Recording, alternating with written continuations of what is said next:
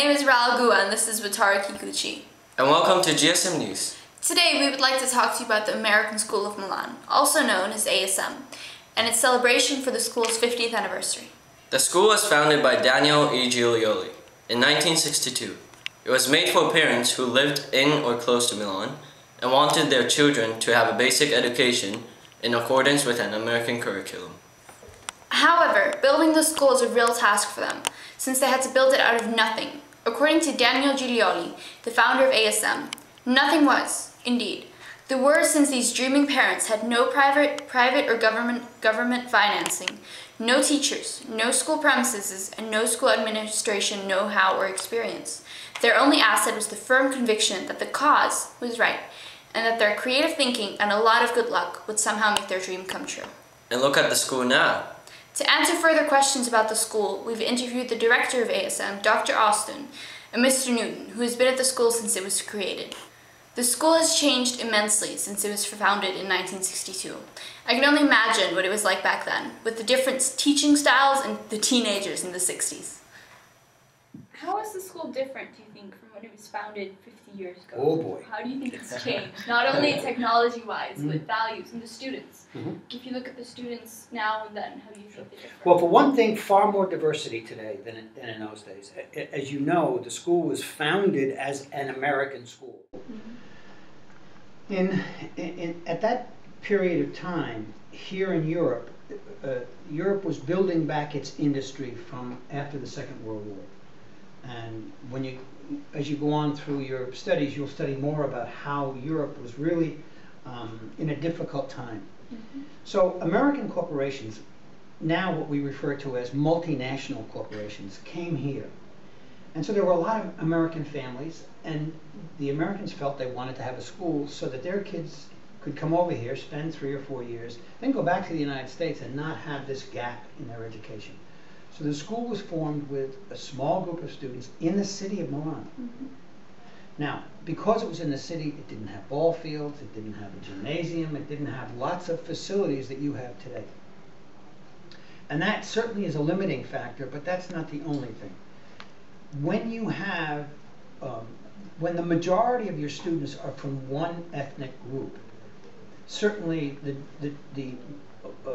the drive of the school is in a certain direction through value processing.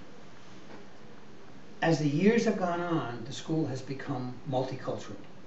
When you sit down at the lunch table today, you may have 6 different languages represented at the table. Now, you're all speaking English or Italian, but your native language may be vastly different. Your native language is Dutch, which is a byproduct of the German language. I know, it's very similar to German. So you would have, a representation of lots of different cultures here. And I think that today really is the earmark of our school. That's what sets our school apart, is that we represent, 54 different nations.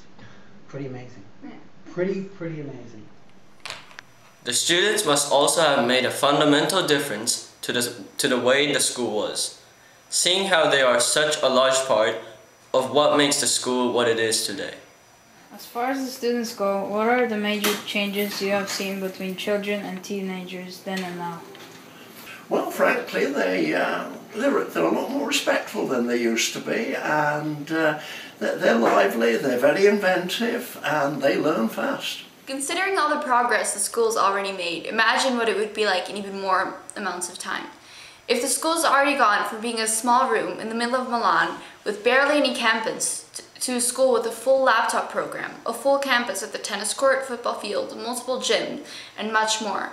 All of this in 50 years. Imagine what the school would be like in another 50. Where do you see the school in another 5, 20, or 50 years' time? Good question. That's a really good question. I think 5 years from now, you will not see much difference because I think we've kind of raced a little bit forward. Technology certainly will become even more important than it is today. Now, if I were to have said to someone 15 years ago that we were going to have electronic whiteboards in our classes where we plugged in a computer and the teacher then could demonstrate a lesson on an electronic whiteboard and would do everything on the computer at her desk, people would say, oh, come on, that's not going to happen. And here it is, you're living it every day of the week. So I suspect that in 10 years or 12 years, it will be hard to recognize the technology that exists in the school. ASM is surely a great school, but what exactly sets it apart from other schools? What is so special about it? Right now, we're pretty much cutting edge. There aren't many schools. I know some of you have friends in other schools, and there aren't many schools that have the kind of technology exposure that we have. Yeah. And my hope is, hope against hope, is that we can continue to be at that cutting edge.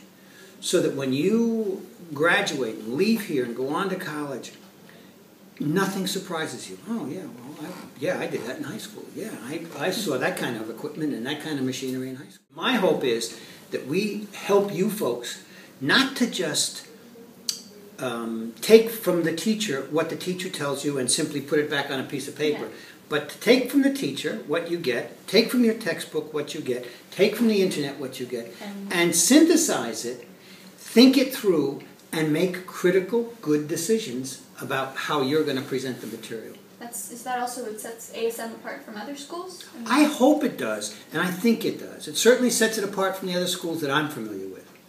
It makes it just a little different. That is the true meaning of a student-centered school.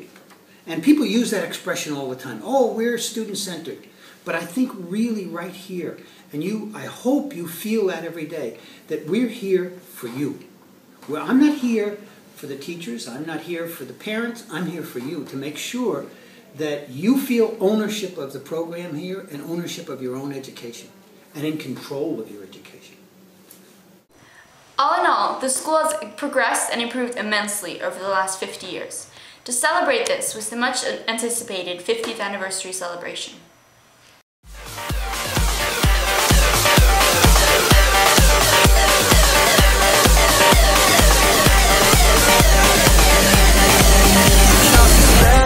Spell on me, you hit me like the sky fell on me, and I decided you look well on me, so let's go somewhere no one else can see you and me.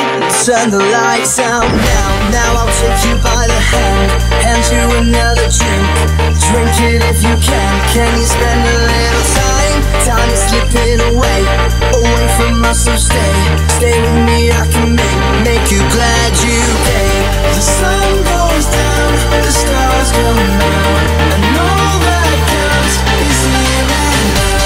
My universe will never be the same. I'm glad you came, I'm glad you came.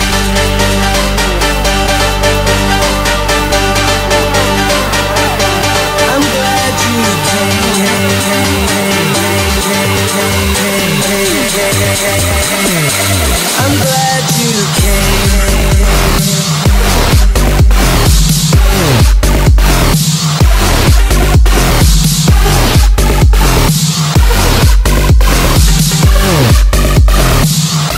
I'm glad you came.